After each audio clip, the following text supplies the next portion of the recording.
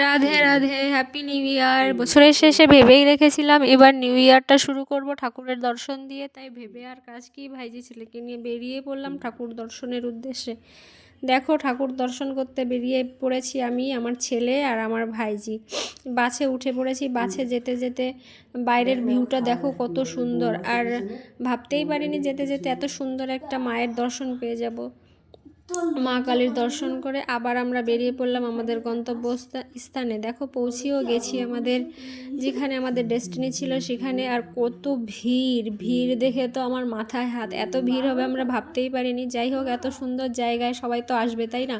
বছরের শুরু যেমন আমরা ভেবেছিলাম ঠাকুরের দর্শন দিয়ে করব, সেরকম সবাই মনে করে, তাই সবাই এসেছে।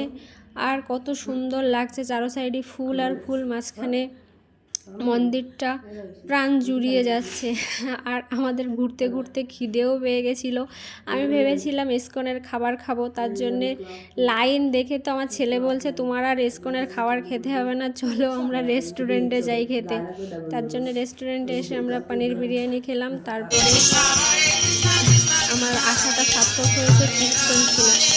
কীর্তন শুনতে শুনতে আমাদের এখন বেরিয়ে যেতে হবে, কেননা বেলা হয়ে গেছে আর বাড়ি ফিরতে হবে। বাড়ির থেকে বারবার ফোন এসছে। তারপরে আরও অনেকটা দূর যেতে হবে, আমাদের সোয়েটার আনতে আমরা ভুলে গেছি।